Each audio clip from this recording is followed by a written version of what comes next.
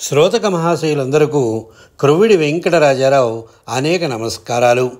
ఈరోజు మీకు నేను రామాయణ సంబంధిత ఉస్తికాయ అన్న చిన్న కథను వినిపిస్తాను. అయితే ముందుగా మీకందరికీ నా మనవి ఏమిటి అంటే, ఎవరికీ తెలియక మరుగున పడి ఉన్న కథలను వెలికితీసి మీకు వినిపించాలన్న కోరికతో కృషి చేస్తున్నాను.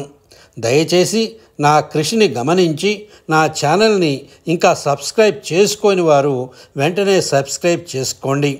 మీ సూచనలను కామెంట్ల రూపంలో అందజేయండి. కథలను లైక్ చేయండి. మీ బంధుమిత్రులకు తప్పక షేర్ చేయండి. సరే, కథ వినండి. రామరావణ యుద్ధం అయ్యింది అన్నారు. అంటే లోకకంటకుడైన 10 తలల రావణాసురుడు అతని పరివారము నాశనమయ్యారన్నమాట. అవునా? అవతార పురుషుడైన శ్రీరాముడు ఆయన పరివారము జేజేల మధ్యన సంతోషాంతరంగులై ఉన్నారు. అయితే శ్రీరాముడి పరివారం ఎవరు? కపివీరులు. ఈ మాట మనం మరవనే కూడదు. వచ్చిన పని తీరిన తర్వాత ఇంకా ఎందుకు లంకలో, అయోధ్యకు వెళ్ళిపోదామా అన్నాడు శ్రీరామచంద్రమూర్తి. వెంటనే వెళ్ళి విభీషణుడు పుష్పక విమానం తీసుకువచ్చాడు. అన్నట్టు పుష్పక విమానం అంటే తెలుసుగా, అది ఒక చిత్రమైన విమానం. దాని మీద ఎందరూ ఎక్కి కూర్చున్నా ఇంకా ఒకరికి సరిపడే చోటు ఉంటూనే ఉంటుందట. రాముడు, సీత, లక్ష్మణుడు ఇంకా ముఖ్యులు విమానం ఎక్కారు. వారితో పాటు హనుమంతుడు ఎక్కాడు. కపిసేనకు నాయకులైన అంగద, సుగ్రీవాదులు అలా రంగం మీద నుంచునే ఉన్నారు. వారి శిక్షణ క్రింద కపివీరులంతా తోకలు నడుముకు చుట్టేసుకుని చేతులు నులుముకుంటూ బారులు తీర్చి నిలబడ్డారు. పోయి వస్తామన్నట్టుగా శ్రీరాముడు ఒక శాంతయుతమైన చల్లని చూపు విసిరాడు. చెప్పలేక లాంఛనప్రాయంగా దయ ఉంచండి అన్నారు నాయకులు. ఈ సమయంలో రాముడు కపివీరులందరి వైపు కలయజూచాడు. రామప్రభువుతో ఏదో విన్నవించుకోవాలనే ఆత్రం వారి ముఖాలలో గోచరించింది. కపివీరుడు గుసగుసలాడజొచ్చారు. హుష్ అని వారిని అదమాయించారు నాయకులు. పెళ్ళుబికిన ఉత్సాహంతో కపివీరులంతా ఒక్కసారిగా కిచకిచమన్నారు. మా ఎదుటనే ఇంత ఆగడమా అన్నట్టు నాయకులు వారి వైపు గద్దింపుతో చూచారు. ఈ పాటి తెలుసుకోలేడా సుగుణాభిరాముడు? అంగద, సుగ్రీవ, కపివీరులను మీరు భయపెట్టకండి. వారి మనసులో కోరికలు నిర్భయంగా చెప్పనీయండి. వారు సామాన్యులు కారు. మనకు యుద్ధంలో జయలక్ష్మిని చేకూర్చిన శోభన దేవతలు. ఇంతకు అధికారం చెలాయించవలసిన ఘట్టం దాటిపోయింది. అనురాగం చూపవలసిన సమయం ఇది అన్నాడు శ్రీరాముడు. ఆ అభయానికి సంతోషం పట్టలేక కపివీరులు తోకలు సర్దుకొని మరొక్కసారి కిచకిచలాడారు. అప్పుడు వాలయ్య అనే కపివీరుడు జడుపు వదిలి ముందుకు వచ్చి, స్వామి, చనువిచ్చారు గనక కడుపులో ఉద్దేశం మనవి చేసుకుంటున్నాం. రామసేవ కోసం పుట్టిన వీరులం మేము. వచ్చిన పని అయ్యింది.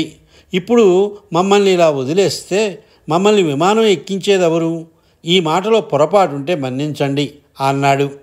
అది కాదండి, ఎంతమందినైనా భరించి తీసుకుపోవడానికి మహిమగల పుష్పక విమానం ఉండగా మనందరినీ ఎక్కించుకోవడానికి సందేహం ఎందుకో? ఎవళ్ళది ఏమి పోవాలి అంట అని ప్రశ్నించాడు ఇంకొక వీరుడు. ఇలా వాళ్ళు వాదించుకునేసరికి లక్ష్మణుడికి చీకాకెత్తింది. చూచావా అన్నయ్య, ఇప్పుడే వీళ్లకు పట్టం లేదు. ఈ కోతిమూకను వెంటబెట్టుకు వెళితే నలుగురు నవ్విపోతారు కూడాను అన్నాడు. తమ్ముణ్ణి మందలించాడు శ్రీరాముడు. వాలయ్య, నీవేమీ ఆత్రపడకు. మనలో ఒక్కళ్ళము ఇక్కడ దిగపడిపోనక్కర్లేదు. అందరము కలిసి అయోధ్యకు వెళ్ళిపోదాం. దివ్యమైన పుష్పక విమానం ఉండంగా మనకేం లోటోయ్? ఈ సంగతి ముందే చెప్పవలసింది మీతో, మరిచా, పొరపాటు అంటూ తన మందమతికి చిన్నపుచ్చుకున్నాడు. అవునవును, ఎంత పొరపాటు జరిగింది? మన కపివీరుల కోరికలు ఇంకా ఏమన్నా ఉన్నాయేమో ఇప్పుడైనా కనుక్కోండి అని సలహాపూర్వకంగా హెచ్చరించింది జనని జానకి. అంతటా తిండిపోతు తిమ్మయ్య జంకుతూ వచ్చి, రామప్రభు, ఎవరేమి కోరుకున్నా లేదనకుండా అనుగ్రహిస్తారనే బిరుదు ఉందట కదా మీకు. కాయా కసురు, దుంపాధూళి నమిలి విసిగెత్తిపోయింది. మీ వంటి రాజాదిరాజులు రుచికరములైన లాడులు అంటే లడ్లు అవి ఆరగిస్తారని చెప్పుకుంటారే, మేం మాత్రం వాటిని కాస్త రుచి చూడకూడదా అని తనకు గల ఆపేక్షను వెల్లడించాడు. అమాయకమైన ఈ కోరిక విని సీతారాములు నవ్వుకున్నారు. అసలే కోతిమూక, అందులో ఇది యుద్ధ జయం కలిగిన సంతోష సమయం. పైగా దయామయుడైన రామచంద్రుడు కావలసినదల్లా అడగండి అని అభయమిచ్చి ఉన్నాడు. ఒళ్ళుపై తెలియకుండా వీళ్ళింకా పిచ్చి కోరికలు ఏమేమి కోరుకుంటారో అని తలచి హనుమంతుడు హుంకరించాడు వాళ్ళ వైపు తిరిగి. కపివీరుడు తలలు వంచారు. తిమ్మయ్య కోరిక విన్న వెంటనే శ్రీరాముడు, అలాగేనోయ్, లాడూలు తప్పక తిందువు గాని అయోధ్యకు చేరుకోగానే అన్నీ చేసుకోవచ్చు, జాగెందుకు రండి అన్నాడు. గిరగరమని తోకలు ఊపుకుంటూ బిలబలమని కపివీరులంతా విమానం ఎక్కేశారు. జామ్మని ఝంకారం పెడుతూ పుష్పకం గగన మార్గాన ఎగిరిపోయి కొంచెం సేపటికల్లా అయోధ్యానగరంలో వాలింది. అయోధ్యలో దిగటంతోనే ముందు సీతారాములు కపివీరులకు విందు ఏర్పాటు చేశారు. హనుమంతుడు పెద్దరికం వహించాడు. 1 గంటలో వస్తు సంభారాలన్నీ సమకూడిపోయినాయి. మరొక గంట సేపటికల్లా పంచభక్ష ప్రమాణాలతో భోజనాధికాలు సిద్ధమైనాయి. హనుమంతుడు వచ్చి బారులు తెరిచి అందరూ బుద్ధిగా కూర్చోండి, వడ్డన జరుగుతుంది అని చెప్పాడు. ఎలా అయితేనేం ఆంజనేయుని మాట విని అందరూ కుదురుగా కూర్చున్నారు. క్షణమైనా అయిందో లేదో ఒక ఉస్తికాయ వచ్చి బంతి మధ్యన కూర్చున్న ఒక కపివీరుని ఒడిలో పడింది. వీరుడు ఆ కాయకేసి తదేక దీక్షతో చూచి లోపల ఏమిటి ఉంటుందోనన్న ఆత్రంతో 2 వేళ్లతోనూ నొక్కాడు. పుస్సుక్కుమని ఒక గింజ కాయలో నుంచి బయటకు జారి వచ్చి పైకి ఎగిరింది. ఓసి, నలుసంతలేవే, నాకంట ఎత్తుగా ఎగురుదామని ఉద్దేశం అంటూ వీరుడు ఆ గింజతో పాటే ఒక్క ఎగురు ఎగిరాడు. తమ్ముడు ఎందుకు ఎగురుతున్నాడో, ఏమి ప్రమాదం వచ్చిందో మనం వెళ్ళి సాయపడకపోతే ఎలాగా అని అనుకొని ప్రక్కనున్న వీరుడు ఎగిరాడు. ఈ ఇద్దరూ ఎగిరేసరికల్లా కారణం తెలుసుకోకుండానే ఇంకొకరు మరొకరు వచ్చి వాళ్లతో పాటు గెంతులేశారు. అంతలోనే పంక్తులన్నీ చెదిరిపోయి అందరూ ఒకచోట మూగేసి ఒక్కలా ఎగరజొచ్చారు. ఇది చూసి హనుమంతుడు, ఏమర్రా మీ గోలకోల, ఇంతట్లోనే మీ బుద్ధి గడ్డి తిన్నదే, మన చేష్టలు చూచే అందరూ మనల్ని కోతుల భాగవతం అంటారు. భోజనాల వేళ ఎంత గొడవ చేశారే, మీ వాలకం చూస్తే ఆ రామయ్య తండ్రికి మాత్రం ఎంతకని ఓరిమి నిలుస్తుంది అంటూ మందలించబోయాడు. ఇంతలో విస్తళ్ళు వేయడం, ఆ వెంటనే లాడూల బుట్టలు చేత పట్టుకుని సీతారాములు స్వయంగా వడ్డించరావడం జరిగింది.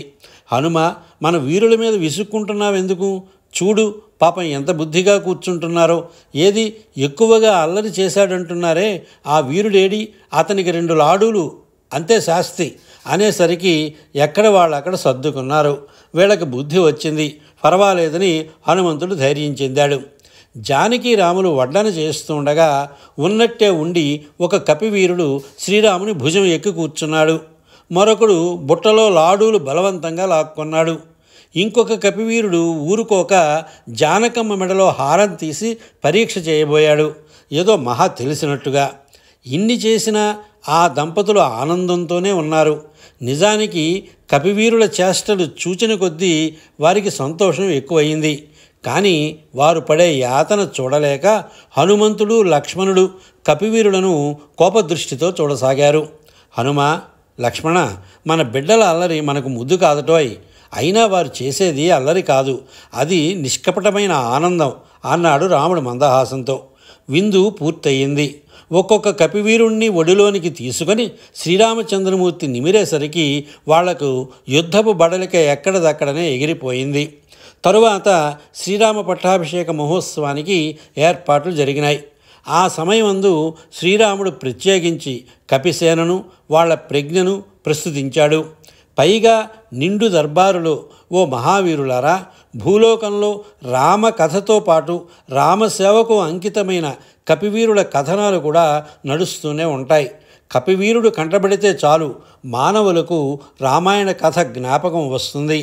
అటువంటి అవినాభావ సంబంధం ఉన్నది రెండింటికి. మీ సంతోషమే నా సంతోషం అని తెలియటం చేత మానవులు మిమ్మల్ని గౌరవిస్తే నన్ను పూజించినట్టుగానే భావిస్తారు. ఇంతటి నుండి మీరు దేశమందుండే పుణ్యక్షేత్రాలు చేరుకుని ఉనికి ఏర్పరచుకోండి. అక్కడకు వచ్చే భక్తులు మిమ్మల్ని చూడగానే రామకథ గుర్తుకు వచ్చి ధన్యులవుతారు. మీరు చేసిన సాయానికి ఇదే నేనీయగల కానుక అంటూ ఆప్యాయతతో వారిని దీవించాడు. శ్రీరామమూర్తి ఇలా చెబుతూ ఉంటే జయదుందుబులు మ్రోగినాయి. కపివీరుల మీద పుష్పవర్షం కురిసింది.